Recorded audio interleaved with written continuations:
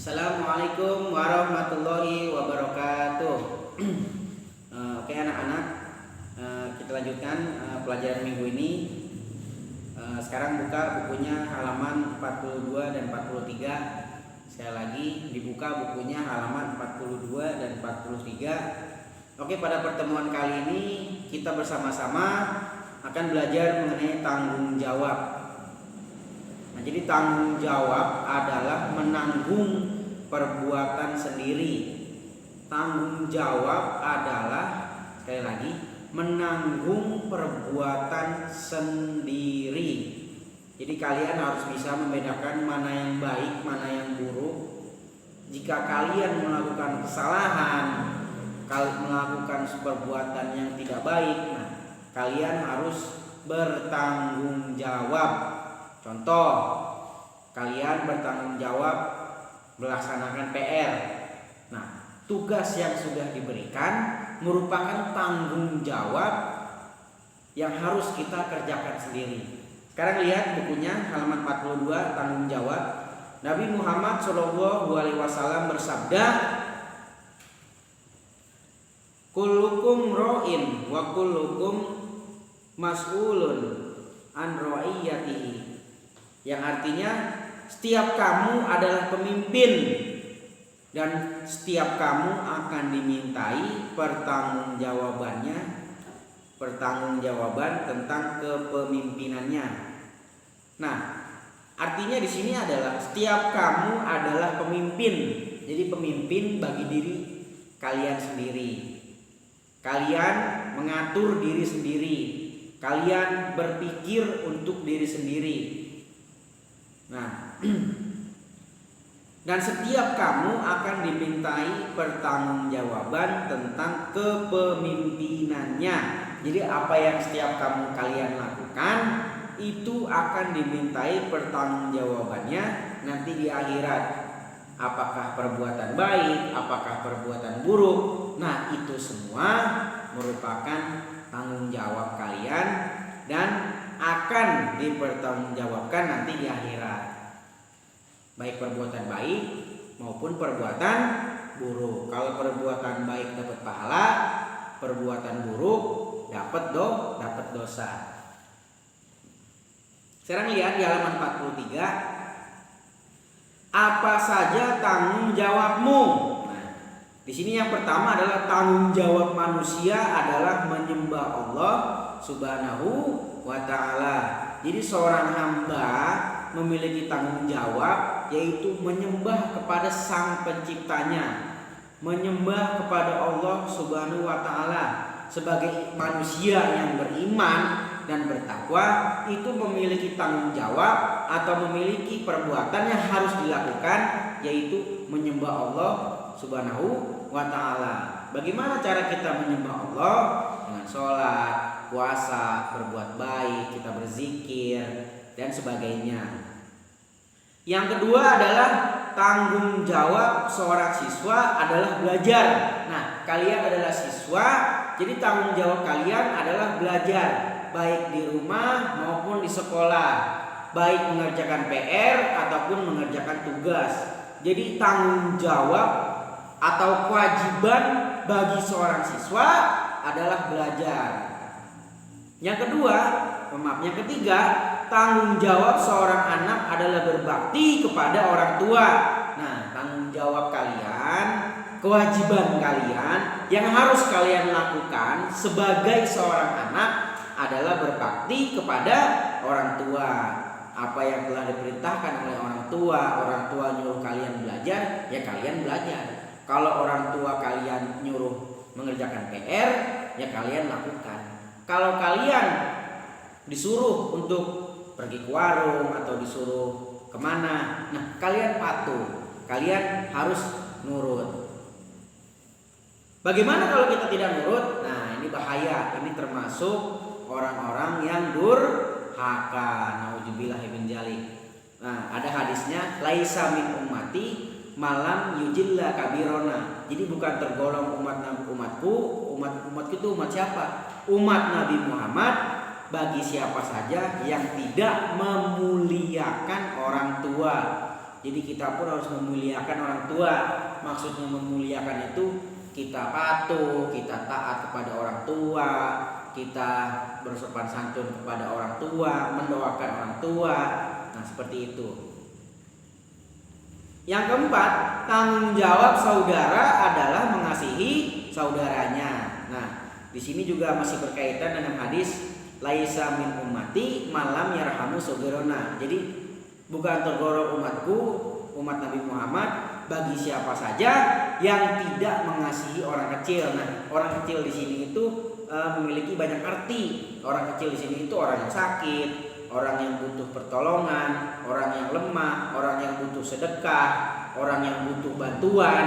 Nah, jadi kita sebagai saudara, saudara seiman, saudara satu negara, saudara tetangga, atau bahkan saudara dekat seperti adik, kakak, sepupu. Nah, kita wajib berbuat baik kepadanya, mengasihi mereka bila mereka membutuhkan bantuan, bukan dimusuhin, berantem, berebut. Nah, bukan. Yang kelima, tanggung jawab teman adalah membantu teman yang lain. Nah, jadi sebagai teman yang baik, kita harus membantu teman kita. Contoh dalam hal kecil, temennya lagi nulis, pensilnya patah, dia pengen pinjam rautan atau pengen pinjam pensil, kasih. Tapi yang ngasih juga, yang dikasih juga harus tahu, jangan mentah-mentah temen dia mah baik, padahal punya pensil tapi tetap minjem, atau sengaja pensilnya dipatah-patahin biar dipinjemin, atau minjem gak dibalikin. Nah, itu jangan. Jadi kita pun ketika meminjam juga harus mengembalikan. Dan yang punya, selama kita masih bisa membantu, bantulah mereka sebagai teman yang baik. Bukannya membantu, contoh, mangga tetangga lagi banyak, nah kita petikin rame-rame. Nah, itu kan nggak bener. Kalau nggak kolam ikan orang dilemparin batu, kita rame-rame, ntar banyak batunya penuh. Orang yang memiliki sikap tanggung jawab selalu berperilaku mulia. Ia hanya akan berbuat sesuatu yang baik dan bermanfaat.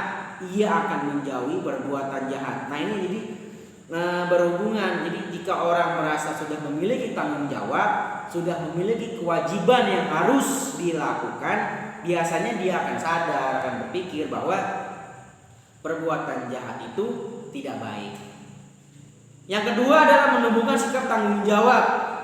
Yang pertama nih, menjaga ucapan dan perbuatan. Ingat, setiap ucapan, perbuatan itu akan dipertanggungjawabkan nanti di akhirat.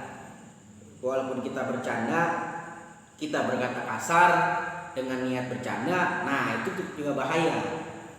Walaupun kita niatnya bercanda, tapi teman kita sakit hati, itu ditulis dosa. Kalau kita nggak minta maaf, ditulis dosa.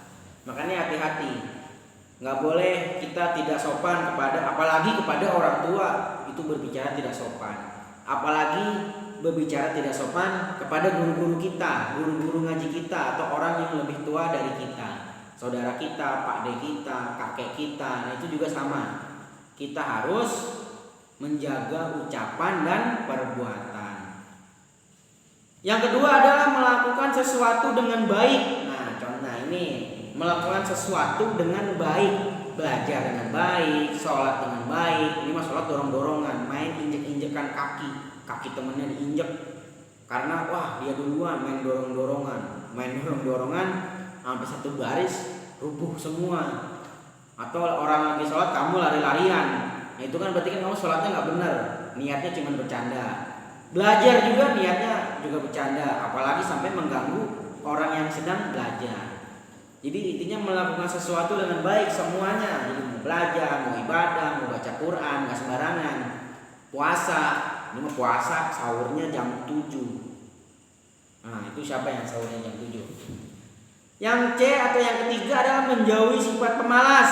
Pemalas adalah perbuatan yang disukai setan. Sifat malas menjauhkan kita dari rezeki dan teman. Ingat, sifat pemalas, nggak ngerjain PR. Ini yang mudahnya, kamu nggak ngerjain PR, dihukum sama guru.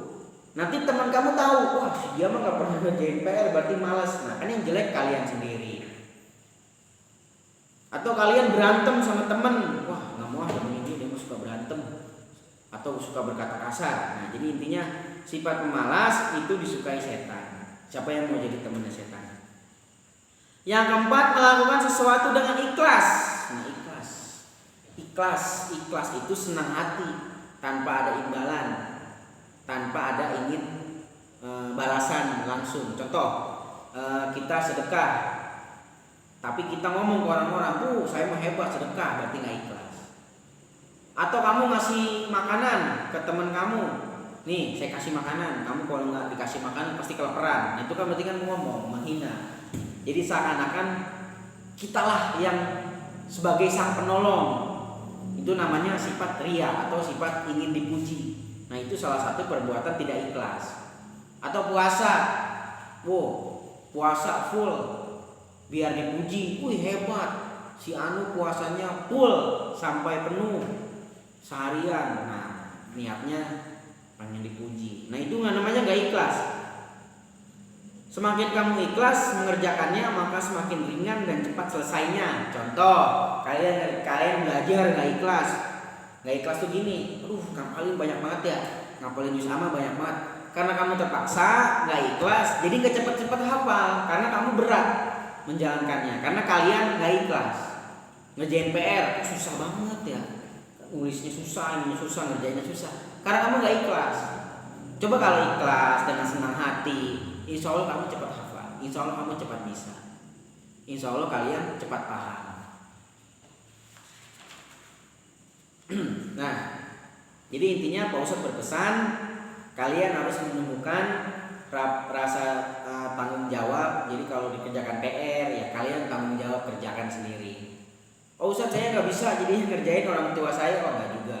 Kalian harus berusaha. Jadi intinya tanggung jawab itu berhubungan juga dengan usaha kalian sendiri. Kalian tanggung jawab. Contoh seperti disebutkan tadi, PR, ada PR, berarti kalian bertanggung jawab mengerjakan PR. Kalian tidur di kamar di rumah kalian. Nah, kalian bertanggung jawab merapikan tempat tidur sendiri. Ada tugas dari orang tua. Contoh,